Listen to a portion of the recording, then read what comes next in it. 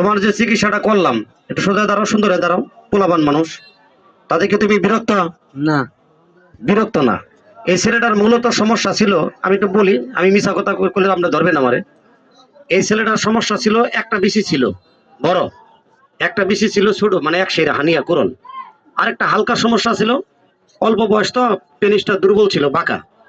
আমি ঠিক করে দিছি তোমার।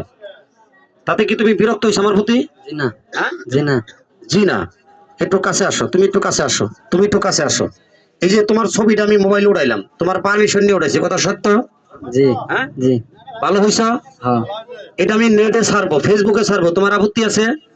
হ্যাঁ? জি না। জি না। এই বাজারের নাম কি দাদা? হ্যাঁ, চর গোবিন্দবাদ। শহর গোবিন্দ বাজার। উনি অনুমতি দিচ্ছে ছাড়ার জন্য, না কথা খারাপ কিছু বললাম।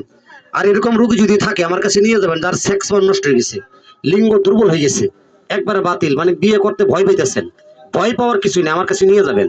আমি কন্টাক্টের মাধ্যমে চিকিৎসা করি, সম্পূর্ণ জংলার গাছ দেয়া, কোনো হার্বাল পদ্ধতি না, ওয়ান টাইম চিকিৎসা না, স্থায়ী চিকিৎসা করে দিব।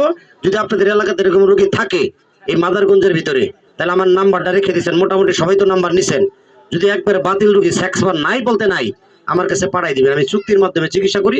আমার দোকানে যাবেন, চেম্বারে রুগী দেখবো, রোগ দেখার পরে কন্ট্যাক্ট করবো, কথা কি বুঝছেন তো? তাহলে আপাতত তুমি হাতটা মিলাও, তোমাকে একটা কার্ড দিছি আমি, কার্ডটা বাই করে দেখি। ও, আরেকজনের কাছে দিয়ে দিছো নাকি? আচ্ছা ঠিক আছে, তাহলে তোমার হাত মিলাও। তুমি কি খুশি আছো বর্তমানে? জি। যাও, চলে যাও।